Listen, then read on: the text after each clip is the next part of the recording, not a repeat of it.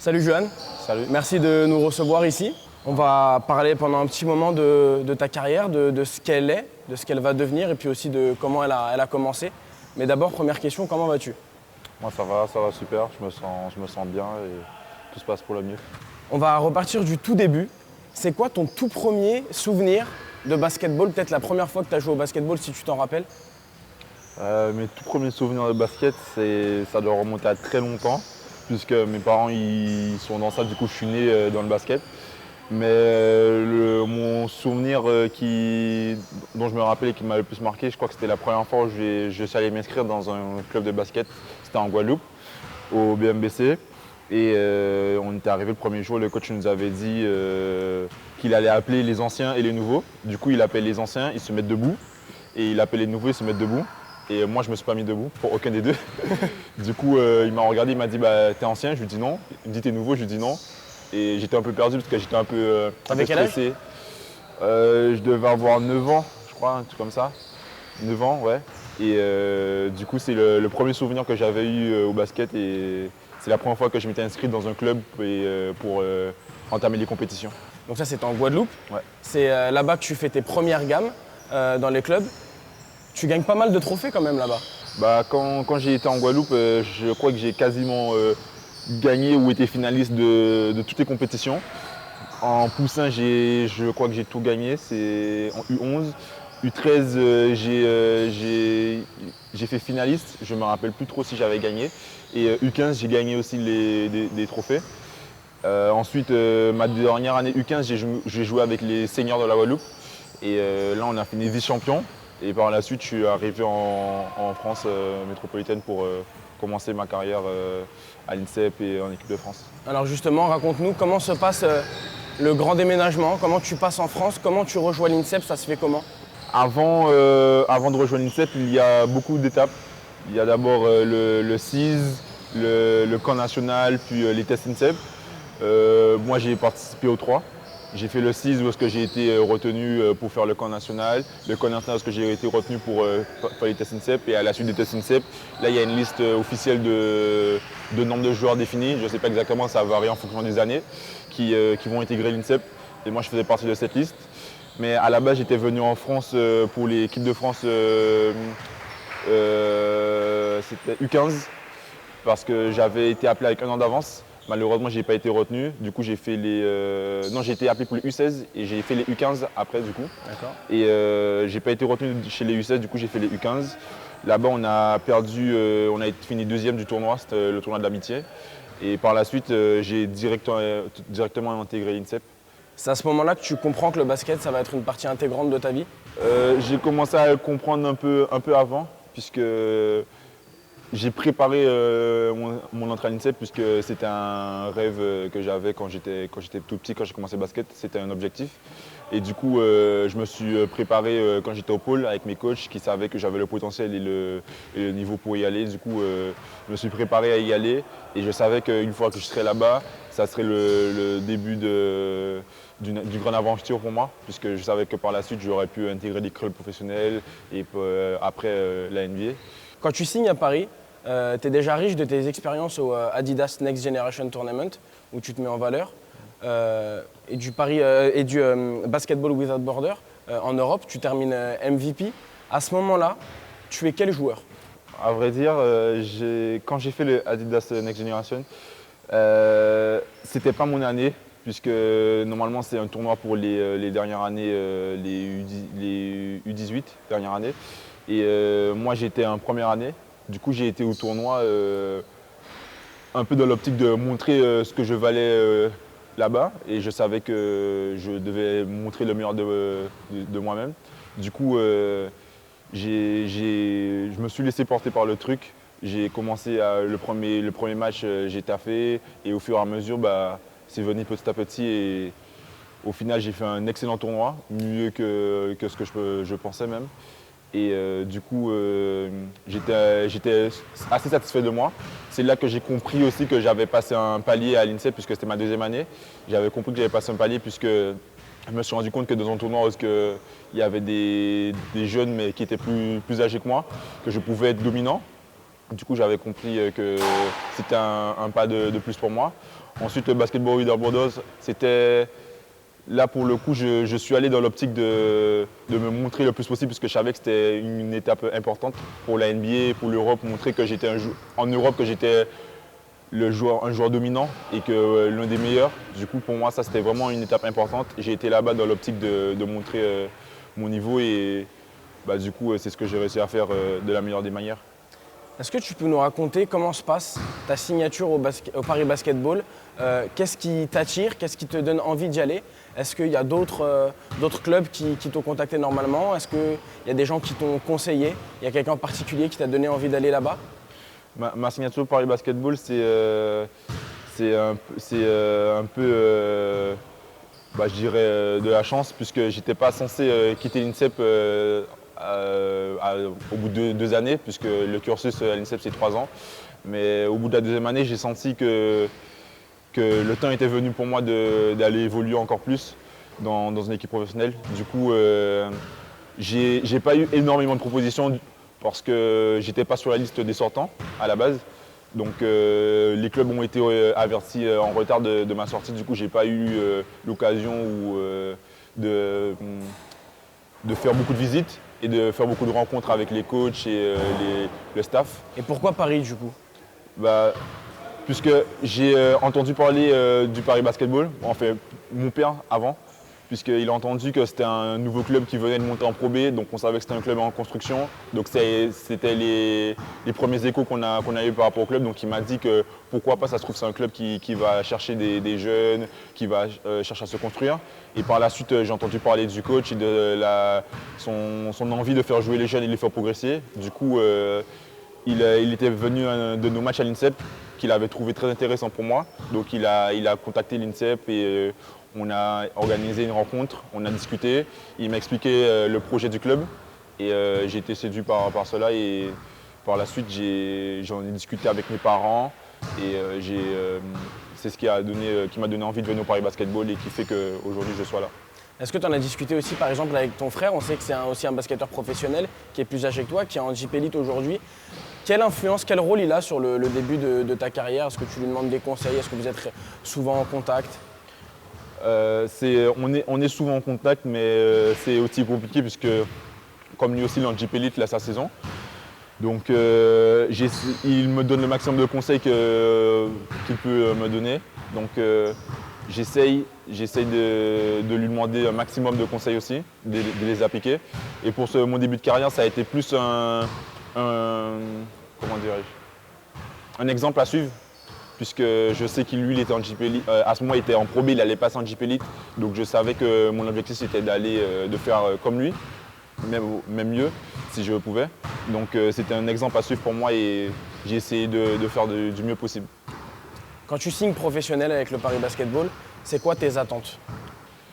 Mais tout d'abord, quand j'ai quitté l'INSEP, avec mes coachs, on avait souvent des discussions et eux, ils étaient formels par rapport à ça en me disant qu'ils ne me laisseraient pas quitter l'INSEP si c'était pour aller dans un club où je ne jouerais pas. Puisque je suis jeune, donc ça allait être compliqué. Et pour moi, c'était une de mes conditions de savoir que, en tout cas, le club, il avait pour projet de me faire jouer. Parce qu'une équipe ne peut pas te garantir un certain nombre de minutes de jeu. Donc moi, mon objectif, mon attente première, c'était de jouer pour progresser parce qu'il n'y a pas meilleur moyen de progresser. Et donc, ce que je voulais particulièrement, c'était jouer, pouvoir m'exprimer sur le terrain et prendre de l'expérience. Tu as joué, tu as eu des minutes. Un de tes premiers matchs à domicile, c'était un match de Coupe de France contre les Metropolitans. Premier carton, tu claques 2 énormes dunks, tu inscris les 9 premiers points du Paris Basketball. C'est à ce moment-là que tu te rends compte que tu es vraiment dans le grand bain? Ouais, je me rends compte, je suis vraiment dans le grand bain puisque là, c'est pas une équipe de Pro B, mais une équipe de Jeep Elite. Donc à ce moment, je me rends compte qu'en fait, c'est la cour des grands, quoi. C'est les professionnels. Et je me rends compte aussi que en fait, j'ai les capacités de pouvoir m'exprimer à ce niveau. Et donc c'est que du plaisir pour moi. J'ai terminé le match avec une énergie et une intensité. Du coup, ça m'a permis, comme tu l'as dit, d'inscrire les 9 premiers paniers de l'équipe. Et pour moi, c'était que du plaisir et j'ai aimé ce moment. Donc, au mois de juin dernier, tu termines ta première saison professionnelle avec le Paris Basketball. C'est quoi le bilan? Pour moi, le bilan, il était assez mitigé, puisque j'ai fait une saison correcte. Le coach était plus ou moins satisfait. Mais moi, je sais que déjà, il n'a pas été à son terme, donc je n'ai pas pu finir une année entière, une saison entière plutôt. Donc j'aurais pu progresser et montrer encore plus de choses. Et je n'ai pas été assez constant et je pense que j'aurais pu encore montrer plus de choses. Malheureusement, c'est ce qui fait que le basket soit comme ça. On est jeune, on n'a pas de constance. Et du coup, ça fait des saisons très compliquées. Donc pour moi, c'était une bonne saison, mais qui aurait pu être encore meilleure. C'était quoi tes attentes du coup pour la saison d'après? Tout d'abord, c'est de faire mieux pour la saison suivante. Ensuite, il y avait les objectifs du club qui étaient la montée en JP Elite, mes objectifs personnels qui sont d'aller à la draft et d'aller en NBA. Donc c'était de faire mieux déjà, ça c'est sûr. Et ensuite, j'avais pour objectif de montrer que j'étais plus un jeune et que j'étais un joueur à part entière de Pro B et pouvoir dominer au mieux ce championnat. Donc quand j'ai repris cette saison, je suis venu dans l'optique de montrer que je ne suis plus Juan Bégarin, le jeune du Paris Basketball, mais plutôt un joueur de l'équipe du Paris Basketball, un joueur professionnel.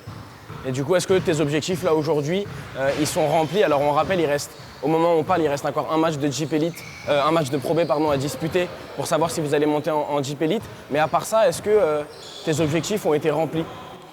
Mes objectifs, ils ont été plus ou moins remplis. Ça aurait pu être encore mieux, ça peut toujours être mieux. Donc je pense que cette saison, elle a été assez correcte pour moi. Après, je ne vais pas me satisfaire de ce que j'ai fait, je pense que je dois encore un peu mieux faire.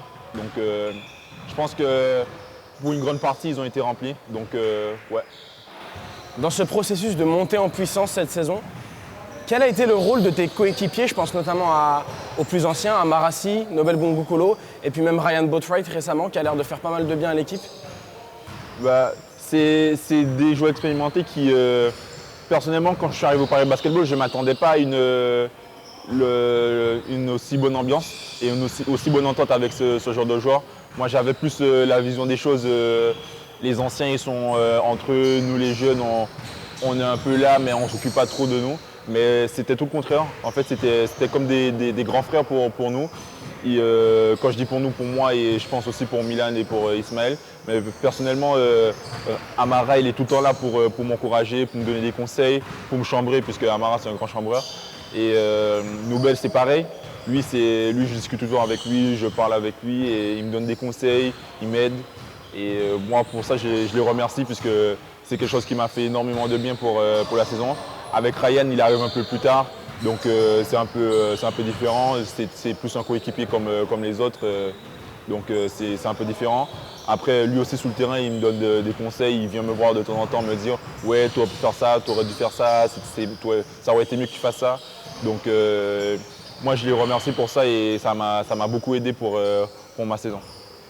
Donc tu t'es officiellement présenté à la draft de la NBA. Avant de passer sur cette parenthèse américaine qui va sûrement s'ouvrir pour toi, ça te tient à cœur de faire monter le club du Paris Basketball en JP Elite? Ça me tient vraiment, vraiment à cœur, puisque ça pourrait être mon premier trophée entre guillemets en France, puisque depuis que je suis en France, j'ai aucun palmarès, j'ai rien gagné, puisque j'ai fait l'INSEP, on ne joue pas de compétition.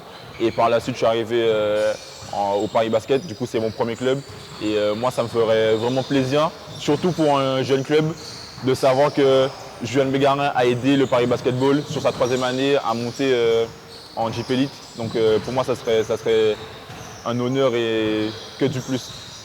Alors, on ne sait pas encore si vous allez monter. Au moment où on parle, si tu devais garder un souvenir de ton expérience au Paris Basketball, ça serait quoi? Un moment? Ça serait compliqué, je ne sais pas, il y a beaucoup de bons moments. Il y a quasiment que des bons moments dans une équipe, surtout la nôtre, où est-ce qu'il y a une bonne ambiance. Franchement, je ne saurais pas quoi dire. Après, je pense que c'est sur nos derniers matchs, la série qu'on est en train de faire. Pour moi, c'est quelque chose de très fort qui montre l'équipe qu'on est. Parce qu'au début, c'était compliqué, on n'était pas constant. Et là, la série de victoires qu'on fait et puis les matchs qu'on fait, comme on peut regarder hier, je pense qu'on a proposé un très très beau spectacle aux supporters pour notre dernier match. On a fait le show, on a gagné, on a mis un écart conséquent à l'équipe et qui nous permet de rester dans la course pour la montée. Donc je pense que c'est ces derniers matchs qui vont me marquer le plus pour cette saison Paris Basket. Donc tu vas bientôt aller te confronter à la draft en NBA. C'est quoi tes forces aujourd'hui avant de partir, que ce soit dans ton jeu ou en tant qu'homme? Mes forces aujourd'hui, c'est que contrairement aux joueurs qui sont là-bas avec qui je vais jouer avec ou contre, moi j'ai joué dans un championnat professionnel avec des adultes. Eux, toute l'année, ils ont joué dans un championnat universitaire ou collège. Eux, ils ont joué contre des gars de leur âge et qui n'ont pas le même physique, qui n'ont pas la même expérience. Donc au niveau des impacts physiques et du QI basket et de l'expérience, je pense que ça sera une force pour moi là-bas puisque le jeu aux États-Unis n'est pas pareil qu'en France. Et je pense que j'ai les capacités pour m'adapter à leur jeu. Et en plus de ça, rajouter le jeu européen dedans, c'est-à-dire avec des passes, de l'expérience, des choses qu'eux, ils n'ont pas. Donc je pense que ça va faire ma force. Et vu que cette année, j'ai beaucoup travaillé individuellement avec mon coach perso, ça m'a encore plus apporté. Je pense que c'est sur ces points que je pourrais dominer quand je vais me confronter à ce genre de joueur. Justement, la draft, c'est un objectif qui n'est pas récent pour toi, tu y penses depuis un certain temps. Comment tu t'es préparé à ça en parallèle à la saison de Pro B? Est-ce que par exemple le coach, tu parlais de ça avec le coach? Je me suis préparé, oui et non. C'était un objectif, c'était dans un coin de ma tête, mais je savais qu'il fallait faire les choses étape par étape. Donc tout d'abord, je devais faire une bonne saison, faire parler le plus de moi au niveau des scouts et des mock drafts pour que les gens puissent s'intéresser à moi et me regarder. Donc tout d'abord, l'objectif numéro 1, c'était de pouvoir faire parler de moi, qui a conduit aujourd'hui à m'inscrire à la draft. Donc maintenant c'est fait, je suis satisfait. Et le coach, il m'en parlait souvent, il savait que j'avais le talent et le potentiel pour y aller. Donc lui, il m'a regardé, il m'a aidé et il m'a donné le temps de jeu qui va avec, les minutes, et il m'a laissé m'exprimer. Du coup, il m'a beaucoup apporté sur cette saison. Et donc, je suis fier de ça et satisfait. Comment, quand on a 18 ans, comment on se déconnecte un petit peu du basket quand on a de tels objectifs? Justement, comme tu dis, on a 18 ans. Du coup, on a beaucoup de choses à faire. Après, c'est compliqué de se déconnecter du basket puisqu'on fait ça tous les jours, toute l'année. Donc on passe quasiment plus de temps avec nos coéquipiers, nos coachs qu'avec notre propre famille. Donc je ne pense pas qu'on se déconnecte, mais je pense que dès qu'on a un moment de temps, on essaie de faire autre chose pour pouvoir faire passer le temps et s'amuser, penser à autre chose et se vider la tête. Qu'est-ce que tu aimes faire toi quand tu fais pas du basket à côté? Moi, ce que j'aime bien faire, c'est passer du temps avec ma famille, avec mes frères, jouer à la console comme tous les jeunes, regarder des films, sortir un peu. Je suis pas un gars qui sort beaucoup souvent, mais j'aime bien de temps en temps aller faire autre chose.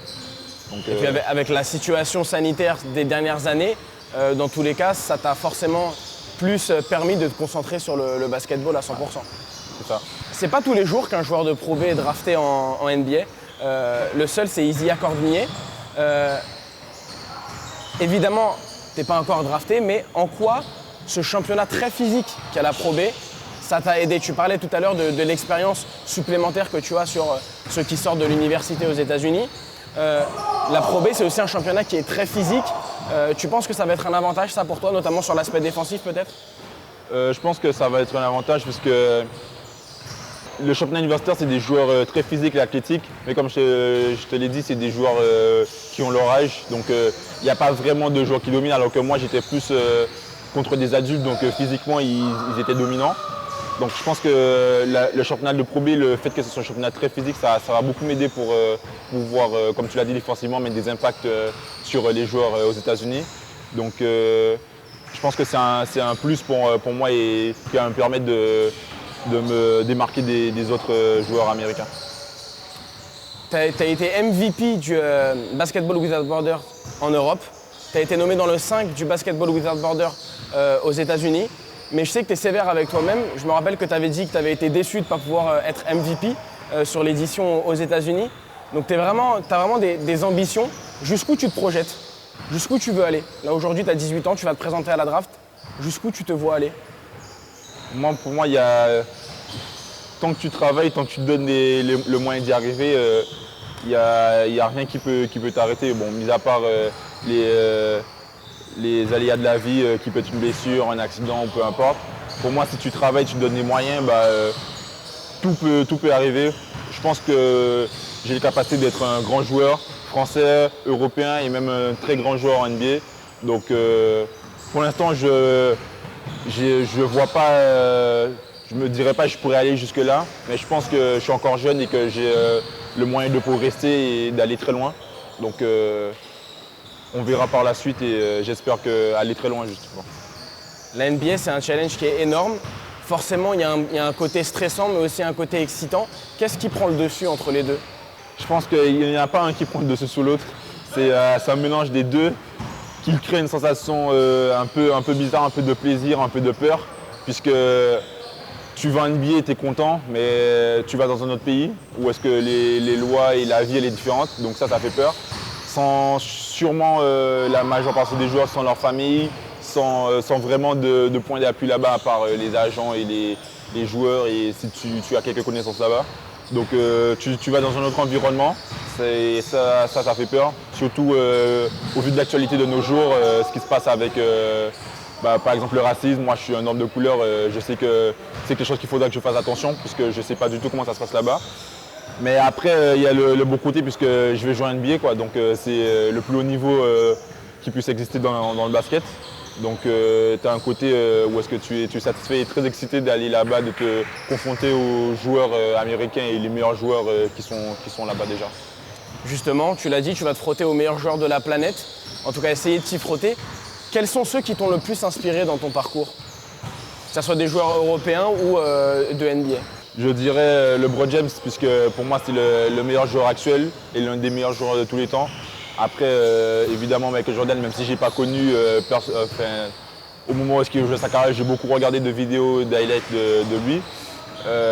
Ensuite, dans mes joueurs actuels, mes joueurs préférés, il y a Kyrie Irving, que j'aime beaucoup regarder, puisqu'il a beaucoup de skills, de moves, et c'est plaisant, c'est vraiment satisfaisant à regarder. Ensuite, un joueur à qui je me compare, c'est Russell Westbrook, puisque c'est un joueur athlétique. À la base, moi, je n'étais pas un joueur qui était capable de mettre énormément de shoots, en général à 3 points ou à 2 points. Lui, du coup, j'étais un peu dans son profil, un joueur athlétique, et du coup, je me compare beaucoup à lui et il m'a beaucoup inspiré dans le jeu. Ensuite, en Europe, il y a Nando De Colo, puisque j'aime bien la façon dont il joue. C'est pas un joueur hyper athlétique, mais hyper intelligent et qui sait jouer avec ses qualités. Donc c'est des joueurs que j'apprécie beaucoup. Et j'aime bien aussi Mike James, puisque c'est un joueur américain mais qui joue en Euroleague. Et pour moi qui est l'un des meilleurs joueurs de l'Euroleague et qui l'a montré plusieurs fois. Enfin, pour finir, un mot sur l'équipe de France. Tu connais les classes jeunes, notamment les U18 avec lesquelles tu as joué. Je suppose qu'en allant en NBA, forcément tu as dans un coin de ta tête l'équipe de France et particulièrement les Jeux Olympiques de 2024 qui se dérouleront en France. Moi, c'était un objectif pour moi depuis le début de ma carrière d'atteindre l'équipe de France A. Les JO 2024, c'est encore plus proche et j'aimerais vraiment y participer puisque ça serait en France. Donc il y aurait tous les Français, ça serait un honneur sous les yeux de ma famille, mes amis et tous les Français en général. Et je tiens particulièrement aussi à gagner, ça a été fait l'année dernière, mais malheureusement ils n'ont pas fini champion, gagner les États-Unis et remporter un titre au JO ou à la Coupe du Monde. Et donc c'est vraiment quelque chose que j'espère faire et auquel j'y pense tout le temps. Tu penses qu'ils peuvent faire quelque chose, l'équipe de France, avec l'effectif qu'ils ont là à la compétition qui arrive? Je pense qu'il y a moyen qu'ils fassent une très belle performance. Après, c'est ce qui est compliqué, championnat d'Europe, championnat du monde, Jeux Olympiques, c'est qu'il y a tout le temps des surprises. on ne sait jamais ce qui peut se passer. Donc une équipe favori peut se retrouver éliminée très rapidement. Donc après, c'est à eux de faire le boulot et de rester concentré, constant. Et je pense que ça va bien se passer. Merci beaucoup, Johan, d'avoir Merci à toi. répondu à nos questions. Et on te souhaite évidemment tout le meilleur pour la draft. Merci. Merci.